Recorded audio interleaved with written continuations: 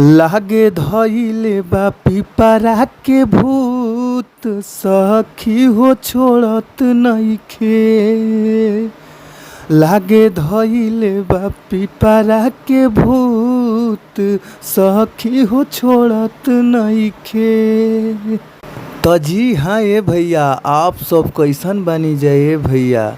और आशा ना बल्कि विश्वास बा कि आप लोग मस्त हो खबजा, खुश हो खबजा, स्वस्थ हो खबजा, तंदुरुस्त हो खबजा ये भैया। और हम बानी आप सबके भोजपुरी गायक व गीतकार नीतीश सिंह, और सबके हिजे से प्रणाम करतनी ये भैया। आपन आशीर्वाद हमरा ऊपर बनौले रहब जा। और रउआ सबके बीच में बहुत ही ज़बरदस्त, बहुत ही सुंदर हम ई लोकगीत लेके आ गइल बानी। और ई गाना ट्रैक पे बाटे, जौना ट्रैक के नाम बाटे धइले बाटे रानी पिपरा पे के भूत उतरत नइखे। ट्रैक रउआ सब सुनले होखब जा, गाना रउआ सब सुनले होखब जा। तो वही ट्रैक पे ई गाना बाटे भैया।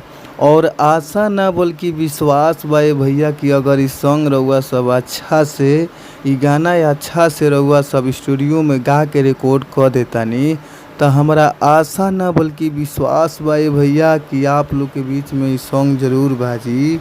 अगर रउआ सब अच्छा गावतानी, अच्छा बजावतानी, फिर भी रउआ सबके अच्छा मैटर, अच्छा गाना नइखे मिल पावते भैया, तो रउआ सबके घबराए के ज़रूरत नइखे।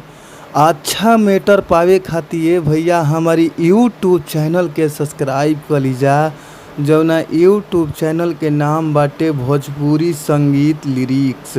तो आप लोग चैनल के सब्सक्राइब करके घंटी के बेल आइकन दबा लीजिए भैया। काहे से कि चैनल के माध्यम से रउआ सबके बीच में बहुत ही बढ़िया सॉन्ग हम लेके आवत रहिला ये भैया। तो आप लोग हमारी चैनल के सब्सक्राइब करके घंटी के बेल आइकन दबा लीजा। तो आई जा हमने के चलल जाओ अपन मुखड़ा के ओर। मुखड़ा के भाव का बाटे, कौना भाव में कैसे गावे के बाटे ये भैया। आई जा सुनी जा भाव बा, कहे के भाव बाटे ये भैया। भोरे भोरे उठ के जाला पुरबोरी, बड़े बड़े आँख काके करे तोड़ी फोरी। भोरे भोरे उठ के जाला पुरबोरी, बड़े बड़े आँख काके करे तोड़ी फोरी। अरे सखी हो सखी का हम करी, हो गइल बसूस अब बोलत नहीं के। लागे धइले बा पिपरा के भूत, सखी हो छोड़त नइखे।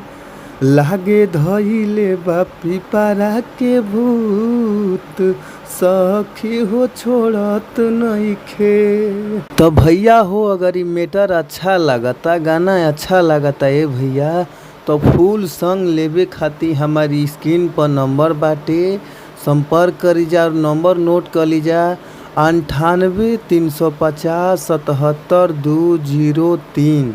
एक बार और नंबर नोट कर लीजा ये भैया, 98 350 77 203। तो आप लोग कॉल करी। कॉल कैला के बाद आप लोग के बहुत ही कम से कम चार्ज में सॉन्ग मिल जाई, गाना मिल जाइए भैया। तो फिर मिलल जी नेक्स्ट वीडियो में, यानी अगला वीडियो में। तब तक खातिर bye bye, thank you so मच।